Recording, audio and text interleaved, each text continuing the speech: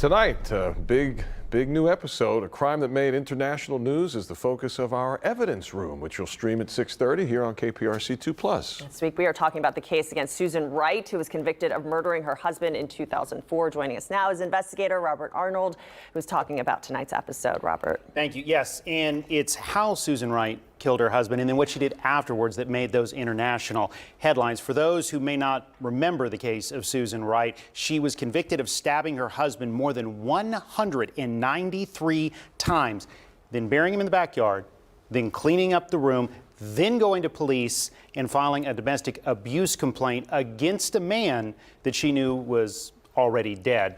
Wow. It was the subject of at least one made-for-TV movie that had the really awful title of The Blue-Eyed Butcher. Now, joining me this week is Brian Weiss. You know him as our KPRC2 legal analyst, but he represented Susan Wright on an appeal of both her conviction and her prison sentence.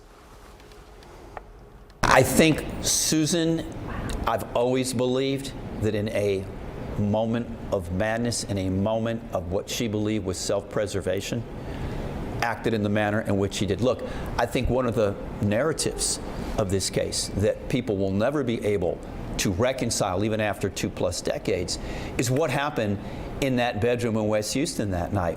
Was it a seduction? Was it a slaughter? Was it a woman doing what she could to save herself?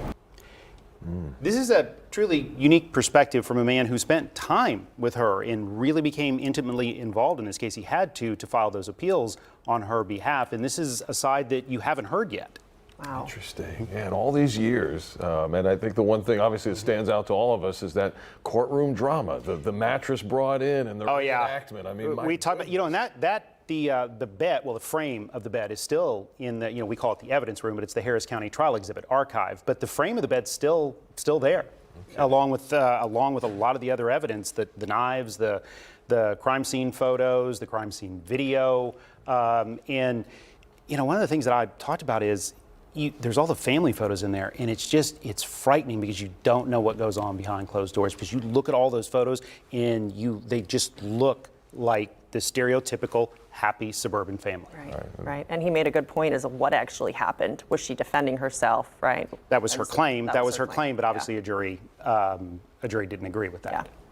All right, well, there's a lot more to talk about with this case here that we're going to get into this story. Our latest episode of The Evidence Room. It streams at 6:30 p.m. exclusively on our KPRC2+ app. Robert, thanks.